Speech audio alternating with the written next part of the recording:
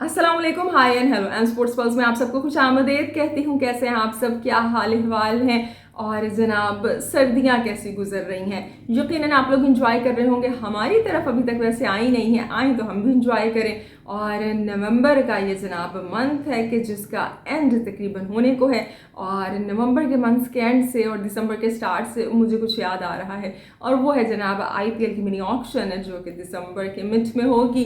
और जब हम आईपीएल की बात करते हैं तो आईपीएल से रिलेटेड जो कुछ खबरें गर्दिश कर रही हैं वो हैं हार्दिक पांड्या से रिलेटेड कि वो अपनी जो मदर फ्रेंचाइज है उसमें वापस आ रहे हैं। ये खबरें चल रही थी। अब तो खैर वो जो उनकी वापसी का सफ़र था और वो जो एग्रीमेंट था वो हो चुका है। मुंबई इंडियंस में जहां से उन्होंने अपना आईपीएल का डेब्यू किया, जहां पर उन्होंने जो मुंबई इंडियंस ने अपने टाइटल्स जीते वो सेलिब्रेट किए टीम के साथ, उस टीम में वो वापस आ चुके हैं।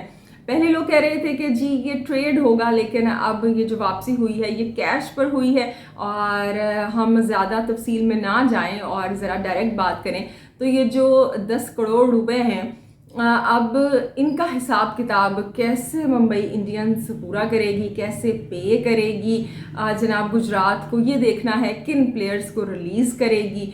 सुनने में ऐसे आ रहा है कि शायद जोफ्रा आर्चर को रिलीज़ कर दिया जाए, जो कि मेरे लिए बड़ी हैरत की बात होगी, क्योंकि जोफ्रा आर्चर वो प्लेयर हैं कि जिनको इंजरी के बावजूद रिटेन किया गया था फ्यूचर के लिए। सो अब उनको रिलीज़ कर देना बड़ी हैरत की बात होगी। बहरहाल किन को रिलीज़ किया जाएगा इसका भी हमें जल्द ही पता चल जाएगा। सो जी एक और बात जो कि हो रही है वो है जी कि क्या हार्दिक पांड्या को रोहित की जगह कैप्टन बना दिया जाएगा। बाज़ों का ऐसा कहना है। मैं नहीं समझती कि रोहित ने जो मुंबई के साथ वो जिस तरह से काम किया है, उनको 5 टाइटल्स जितवाए हैं, उसके बाद अचानक से हार्दिक को कैप्टन बना दिया जाए। इतनी रूट तो मुंबई की फ्रेंचाइज नहीं हो सकती। सो मेरे ख्याल से यही होगा कि फ्यूचर प्रोस्पेक्ट के तौर पर उनको जनाब ये जो अपनी फ्रेंचाइज है उसमें वापस लेकर आया गया है। सो ये कुछ आईपीएल की खबरें जैसे जैसे आएंगी हम आपसे शेयर करेंगे। आप तक जो आए आप मुझसे भी शेयर कीजिएगा, जो हमारे इंडियन व्यूअर्स हैं, क्योंकि मेरे ख्याल से आप लोगों तक वो खबरें या जो अंदर की बातें हैं वो ज़्यादा पहुंचती होंगी। बिल्कुल इसी तरह से कि खबरें तो आप तक पहुंच जाती हैं, लेकिन जो पीसीबी के अंदर चल रहा होता है या जो अंदर की खबर है वो हम तक पहुंचती है और फिर हम आप तक पहुंचाते हैं। और उसी में से एक खबर है हार्दिक पांड्या की मैं बात कर रही हूँ। हार्दिक पांड्या कहाँ से आ गए यहाँ पे, उसी में से एक खबर है जनाब इमाद वसीम की। इमाद वसीम के जिनका रेजिग्नेशन कल आया, और जब कल आया तो एक खलबली सी मच गई कि ये क्या हो गया, कैसे रेजिग्नेशन दे दिया। और बाज़ लोगों ने कहा कि पाकिस्तान का लॉस है, बाज़ लोगों ने कहा कि उनके साथ बड़ी ज़्यादती हो गई, और बाज़ लोगों ने कहा कि उनको मजबूर किया गया। सो जी हम आपको बताते हैं अंदर की खबर। सो जनाब यहाँ पे इमाद वसीम की बात कर लेते हैं। और इमाद वसीम का रेजिग्नेशन कल आया, और अगर हम इसकी बिल्कुल डिटेल बात करें सो हुआ क्या, ये रेजिग्नेशन कैसे अचानक से आ गया, और क्या उनको किसी ने मजबूर किया ये रेजिग्नेशन देने के लिए। सो जनाब जो हारिस रऊफ की खबर है इसकी कड़ी उसी से जाकर मिलती है। कुछ समझे आप, नहीं समझे तो हम समझाते हैं। हुआ ये है कि ये जो लीग क्रिकेट है ना, जब से पीसीबी ने नया कॉन्ट्रैक्ट साइन बनाया और प्लेयर्स ने साइन किया कि जिसमें उनकी सैलरीज में काफ़ी इजाफा हो गया है। ए कैटेगरी वाले 60 लाख प्लस कमा रहे हैं, और 60 लाख तो सिर्फ मंथली मिलेगा, जो मैच फीस है और जो दीगर अलाउंसेस हैं वो इसके अलावा हैं। और इसी तरह बी कैटेगरी वाले हैं उनकी अमाउंट अलग है, और सी कैटेगरी वाले हैं जो कि 30 लाख रुपए मंथली इन प्लेयर्स को मिल रहे हैं, सीधे साधे बिल्कुल। और अगर आप डोमेस्टिक खेल रहे हैं जो प्लेयर अभी, चाहे वो बी के हैं या सी के हैं, तो वो क्योंकि सेंट्रल कॉन्ट्रैक्टेड है तो वो इंटरनेशनल जो उनकी मैच फीस है उसका 50% उन्हें मिलेगा। यानी अगर हारिस रऊफ खेल रहे हैं, इफ्तिखार अहमद खेल रहे हैं, सो इन्हें इस चीज़ का काफ़ी फाइनेंशियली भी बेनिफिट हो रहा है। तो बड़ी अच्छी बात है। ये क्लॉजेस पीसीबी ने अपने कॉन्ट्रैक्ट में शामिल की, लेकिन एक और क्लॉज शामिल की। वो क्या की, वो ये की कि जिसकी वजह से काफ़ी प्लेयर्स परेशान हैं, और हारिस रऊफ भी कहीं ना कहीं अंदर से उनके भी परेशान होने की, या आप ये कहें कि तड़पने की खबरें आ रही हैं। वो इस वजह से कि पैसे आते हुए तो सबको अच्छे लगते हैं, लेकिन जाते हुए आपको बुरे तो लगेंगे। सो हुआ ये कि जनाब अब पीसीबी ने कहा कि अब आप सिर्फ 2 लीग्स खेल सकते हैं, यानी एक PCL, एक PSL और एक दूसरी कोई भी लीग। अब वो CPL हो सकती है, वो लंका लीग हो सकती है, दी 100 हो सकती है, it's up to the player. वो जिसकी NOC लेना चाहेंगे, एक लीग की NOC मिल जाएगी। अब जनाब T10 के लिए जो अक्सर हमारे नेशनल T20 खिलाड़ी खेल रहे हैं, जैसे कि इफ्तिखार अहमद हो गए या मोहम्मद हारिस हो गए, दीगर खिलाड़ी हो गए, इन्होंने T10 लीग भी खेलनी थी, लेकिन जब इन्होंने कॉन्टेक्ट किया तो इनको मना कर दिया गया, क्योंकि अभी आपका नेशनल T20 चल रहा है कि भैया वो खेलें। इसी तरह से इमाद वसीम भी, क्योंकि C कैटेगरी के अंदर हैं और 30 लाख रुपए ये भी मंथली PCB से हासिल कर रहे हैं सैलरी के तौर पर, और इनको C कॉन्ट्रैक्ट में इसलिए रखा गया कि ये PCB के प्लान्स में शामिल हैं, यानी शामिल थे क्योंकि T20 वर्ल्ड कप आने को है, और T20 वर्ल्ड कप के लिए जो इनकी फॉर्म है और जितने अच्छे ये T20 के ऑलराउंडर हैं, स्पिनर हैं और जो ये बैटिंग करते हैं, उस लिहाज से ये PCB के प्लान्स में थे कि T20 वर्ल्ड कप में इनको खिलाया जाएगा।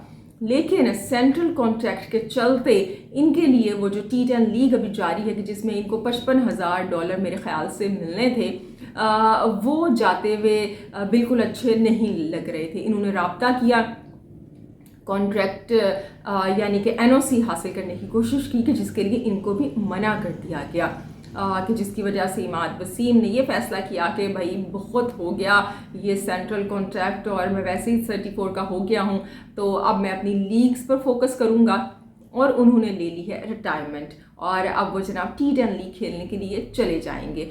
सो जनाब ये पैसा है, और पैसे के गिर्द सारी गेम घूम रही है। बाज़ लोग इसको उन्हें डिफेंड भी कर रहे हैं कि वही भाई हर खिलाड़ी है अपने ऑफ कोर्स वो अपनी पॉकेट को देखता है, अपने फ़ायदे को देखता है।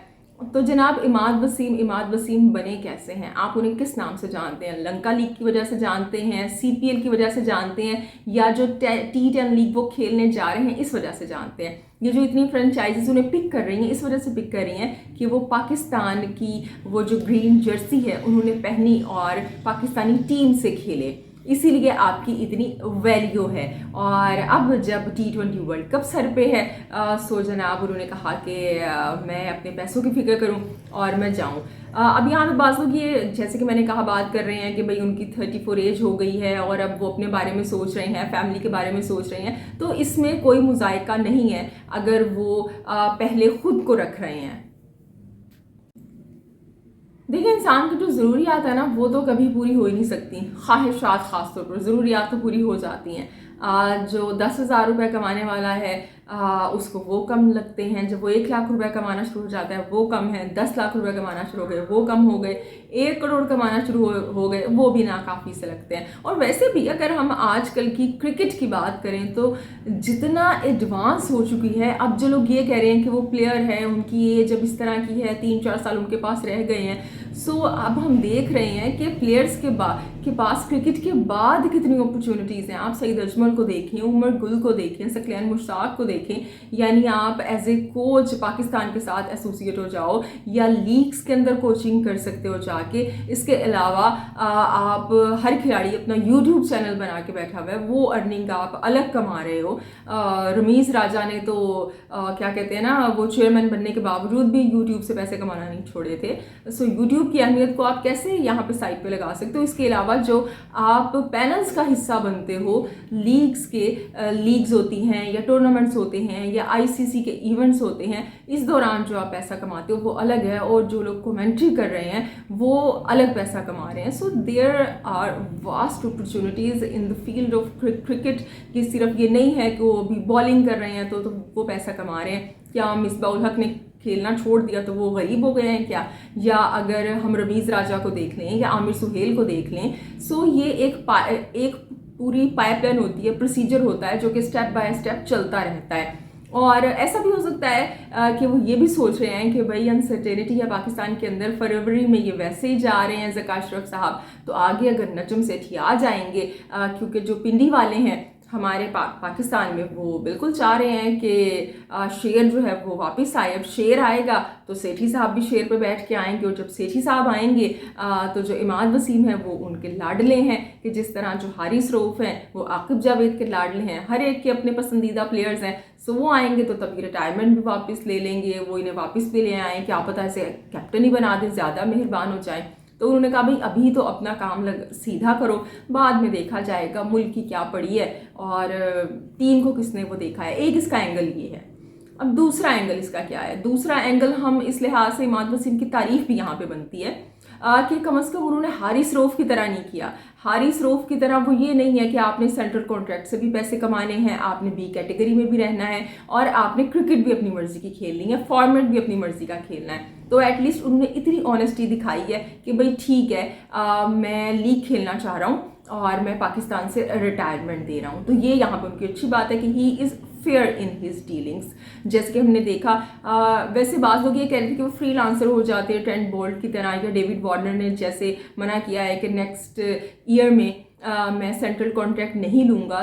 तो उसके चलते भी मेरे ख्याल से जो कॉन्ट्रैक्ट है उसके अंदर भी कुछ ऐसी क्लॉजेस थी कि वो कुछ अरसे तक रिटायरमेंट, अगर वो फ्रीलांसर भी हो जाते तो भी अगर वो कॉन्ट्रैक्टेड प्लेयर रहे हैं तो वो कुछ अरसे तक लीग्स नहीं खेल सकते थे। तो उन्होंने अपने लिए आसान रास्ता अपनाया है, तो इसके अंदर उनका कोई नुकसान नहीं हुआ, कोई उनके साथ परेशानी वाला मामला नहीं है। सुकून के साथ वो गए हैं, अपनी T10 लीग इंजॉय करेंगे। और पाकिस्तान की बात करें तो पाकिस्तान की किसको पड़ी है? पाकिस्तान की क्रिकेट की वैसे भी किसे पड़ी है? हर कोई यहाँ पे अपने लिए पहले सोचता है और क्रिकेट के लिए या सिस्टम के लिए बाद में सोचता है। एक हमारा जो आप ये कहें ऑर्गेनाइजेशन के लिए बाद में सोचता है। सिस्टम हमारा इस तरह का बन चुका है, बड़ों ने बना इस तरह का दिया है, और जो छोटे हैं वो इसमें कोई चेंजिंग करना भी नहीं चाहते।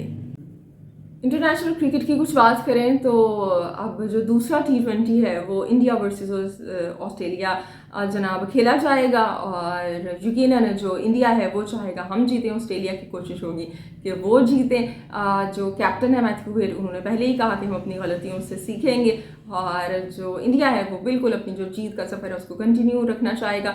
बस दोनों टीम्स ये हैं कि जो गलतियाँ की हैं उसको ना रिपीट करें। अगर हम अच्छी परफॉर्मेंसेस की बात करें तो मैंने लास्ट प्रोग्राम में कुछ अच्छी परफॉर्मेंसेस की इंडिया की जानिब से बात की थी और ऑस्ट्रेलिया की जानिब से, कि जैसे में इंग्लिश जो हैं, जोश इंग्लिश, वो बड़े अच्छे, एक एलेक्स कैरी की जगह उन्हें खिलाया गया और ये फार्मूला काफ़ी कामयाब हुआ, और अब वो T20 के एक अच्छे फ्यूचर प्रोस्पेक्ट की सूरत में ऑस्ट्रेलिया के सामने आ रहे हैं। इसी तरह से इंडिया में रिंकू सिंह हैं, या हमने देखा कि मैंने मुकेश कुमार का नाम नहीं लिया था, एक व्यूअर ने मुझे याद दिलाया कि भाई उन्होंने भी बड़ी अच्छी बॉलिंग की। और अगर आप वेस्ट इंडीज़ के खिलाफ जब उनका डेब्यू हुआ था तब भी उनको विकेट्स इतनी नहीं मिली थी, लेकिन बॉलिंग बड़ी अच्छी की थी उन्होंने भी उस वक्त। सो इंडिया के पास एक और अच्छे नए पेसर का इजाफा हो गया है, जो कि एक फ्यूचर प्रोस्पेक्ट हैं। और लास्ट मैच में भी उन्होंने जो लास्ट ओवर है वो वाकई बड़ा ज़बरदस्त किया था, और जो एक डेथ ओवर्स के अंदर T20 फॉर्मेट के अंदर इंडिया को ज़रूरत पड़ती है एक अच्छे बॉलर की, तो मेरे ख्याल से मुकेश कुमार वो जगह अच्छे से फिलअप कर सकते हैं। और अब जी क्या बात करते हैं, अब बस जल्दी से वाइंड अप करते हैं, और बस लास्ट में मैं ये बात करना चाहूँगी कि जिस पर काफ़ी बात हो रही थी और मैं समझ रही थी कि शायद अब इस पर इतनी बात हो गई है, मैं क्या बात करूँ, और अब ये जो टॉपिक है ये वाइंड अप हो जाएगा। लेकिन नहीं भाई, हर जो यहाँ पे कंट्रोवर्सीज एशिया में बन जाती हैं, छोटी सी बात को जो इतना बड़ा बना दिया जाता है वो उसका आसानी से पैचअप होना या उसको आसानी से टॉपिक का क्लोज होना मुमकिन नहीं होता है। सो जो मिचेल मार्श ने ट्रॉफ़ी की बेइज्जती भी कर दी थी, डिसरिस्पेक्ट कर दी उन्होंने वर्ल्ड कप की ट्रॉफ़ी की, वो मामला जो ज़ुबान ज़द-ए-आम था, क्योंकि मैंने तो सुना था ये, जब हम छोटे थे अपने बड़ों से सुना कि जनाब बड़ों की इज़्ज़त करनी है और दूसरों से इज़्ज़त से बात करनी चाहिए, इज़्ज़त से पेश आना चाहिए। मुझे ये किसी ने बताया ही नहीं कि भाई ट्रॉफ़ीज़ की भी इज़्ज़त होती है और ट्रॉफ़ीज़ की भी इतनी रिस्पेक्ट होती है कि उस इतने से मामले को इतना बड़ा बना दिया जाए।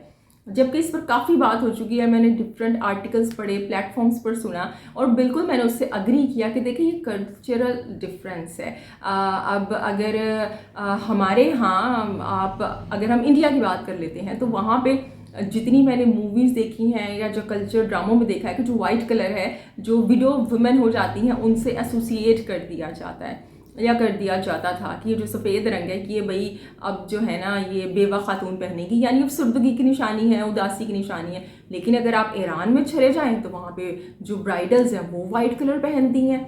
इसी तरह अब अगर आप यूरोप में जाएंगे तो वो वाइट कलर शादी में पहनते हैं। पाकिस्तान में ये ट्रेंड शुरू हो गया है। तो ये कल्चर डिफरेंस है।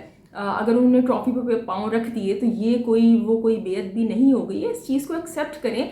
हमें अपने आप को अपना जो दिमाग है उसको वाइड करना पड़ेगा। और मुझे बहुत हैरत हुई, ये जो मैं खबर आपसे शेयर कर रही हूँ ये इस जो मैंने न्यूज़ पढ़ी इस वजह से शेयर कर रही हूँ, वरना मैंने मिचेल मार्श वाली न्यूज़ को इतनी अहमियत ही नहीं दी थी कि मैं उस पर बात भी करती।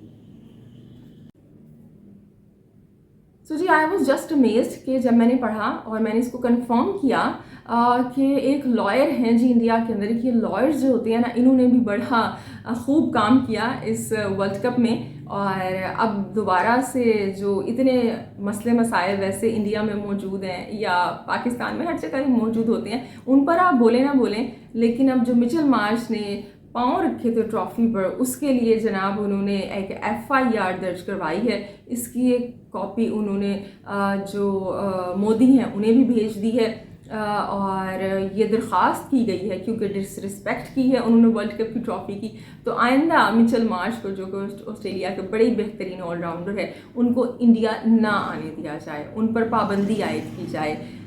सो ये जो न्यूज़ है ये लिमिट हो गई है, यानी हद हो गई है कि आप किस हद तक जा सकते हैं। तो मेरे ख्याल में ये एक राइट टाइम है कि हम जो कल्चरल डिफरेंसेस हैं कि जिसका हम इतना आगे बढ़ बढ़ के कहते हैं कि हम पाकिस्तानी होकर कहते हैं जी नहीं जी हमारी माइनॉरिटीज़ भी हैं और मुसलमान भी हैं, इंडिया कहता है जी हम डेमोक्रेटिक कंट्री हैं, हर तरह के, बल्कि इंडिया में तो आप देखिए इतने उनके डिफरेंट कल्चर रह रहे हैं कि अगर हम हिंदुज़म की बात ही करें तो उसके अंदर ही इतनी हम देखें तो वैरायटीज़ मौजूद हैं। तो मेरे ख्याल से अगर हम इंडिया की बात करें तो यहाँ पे ज़्यादा एक्सेप्टेंस होनी चाहिए है इन चीज़ों की।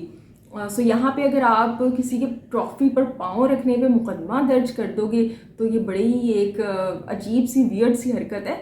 सो हमें आगे बढ़ना चाहिए। वर्ल्ड कप में जो हो गया सो हो गया, और ट्रॉफी पर किसी ने पाँव रख दिए या किसी ने अब आप देखिए कि उसकी अपनी पर्सनल उनका ये एक, अब आपने ट्रॉफी उनको दे दी और वो ICC की तो नहीं रही, चाहे वो उसको गोद में रखें, चाहे वो उसको अपने पाँव के पास रखें, चाहे वो सर पे रखें। नो डाउट पाकिस्तान में जब इमरान खान ने ट्रॉफी उठाई थी तो उन्होंने उसको बुलंद किया था, जब कपिल देव ने उठाई तो उन्होंने उसको सर पे रखा। लेकिन अगर ऑस्ट्रेलिया वाले उसको पाँव में रख रहे हैं तो ये उनका बिल्कुल पर्सनल मैटर है। सो इस चीज़ से आगे बढ़ते हैं, जो आगे इंटरनेशनल क्रिकेट आने वाली है उस पर फोकस करते हैं और वैसे भी अपने जो दिमाग हैं, जो दिल हैं, उनको बड़ा करते हैं। और अब जाते जाते आप मुझे एक अच्छी सी प्यारी सी स्माइल दें। मेरी मुलाकात होगी आपसे कल। अपना ढेर सारा ख्याल रखिएगा। अल्लाह निगहबान।